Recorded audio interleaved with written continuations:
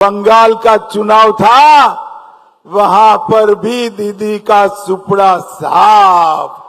मैं बंगाल के मुख्यमंत्री श्री शुभेंदु अधिकारी जी को बधाई देना चाहता हूं कि साथ ही दिन में उन्होंने 600 हेक्टेयर भूमि बीएसएफ के हाथ में सौंपने का काम कर दिया। चिकन नेक की भी 121 हेक्टेयर भूमि भारत सरकार को दे दी। भाइयों बहनों, नरेंद्र भाई ने जो यात्रा, विकास की यात्रा गुजरात से शुरू की, आज 12 साल हो गए इनकी सरकार को। 12 साल में गुजरात के विकास के मॉडल को श्री नरेंद्र मोदी ने कश्मीर से कन्याकुमारी और गंगा सागर से सोमनाथ तक फैलाने का काम किया है। और उसका परिणाम देखिए, आज देश के 80% भूभाग पर भारतीय जनता पार्टी का शासन है। और अंत में अभी अभी बंगाल का चुनाव था, वहां पर भी दीदी का सुपड़ा साफ कर दिया। अब उत्तराखंड के गंगा सागर से लेकर गंगा सागर तक समग्र मां गंगा के पथ पर आज भारतीय जनता पार्टी का भगवा लहराने का काम हमारे नेता नरेंद्र मोदी और भारतीय जनता पार्टी ने किया। और देखिए साहब, हमने चुनाव में कहा था, आप हमें शासन की धुरा दे दीजिए, हम बांग्लादेश सीमा पर सीमा की बाड़ बनाने का काम, फेंसिंग का काम कुछ ही दिनों में शुरू करेंगे। और मैं बंगाल के मुख्यमंत्री श्री शुभेंदु अधिकारी जी को बधाई देना चाहता हूं कि साथ ही दिन में उन्होंने 600 हेक्टेयर भूमि बीएसएफ के हाथ में सौंपने का काम कर दिया।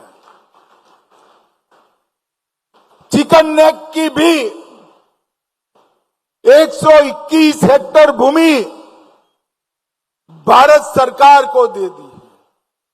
और आज अखबारों में देख रहे हैं कि पहले ममता के शासन में हर रोज घुसपैठ होती थी, अब घुसपैठ करने वाले अपने आप वापिस जाने लगे हैं, अपने आप जाने लगे।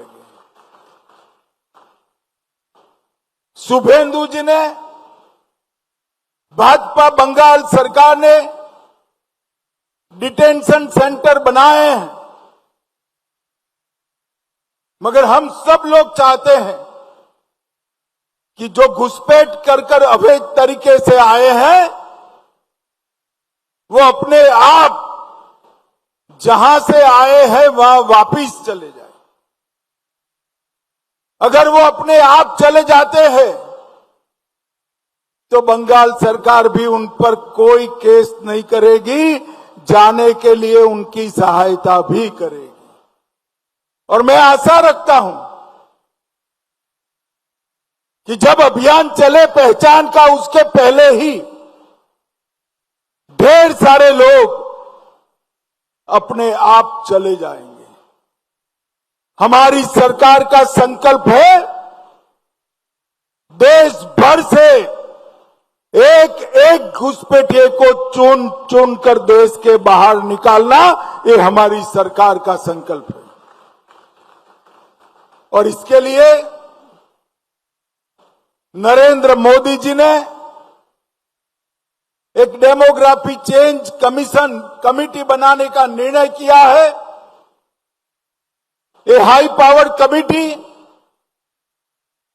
देश भर में जनसांख्यिकी का जो कृत्रिम बदलाव हुआ है, उसके कारणों की भी चिंता करेगी। उसके उपायों की भी चिंता करेगी और इसके लिए कोई कानून बनाने की जरूरत है तो इसकी भी चिंता करेगी। ये डेमोग्राफी चेंज कमीशन 1 साल में अपनी रिपोर्ट दे देगी और कृत्रिम डेमोग्राफी चेंज जो है उसको रोकने का हम काम करेंगे।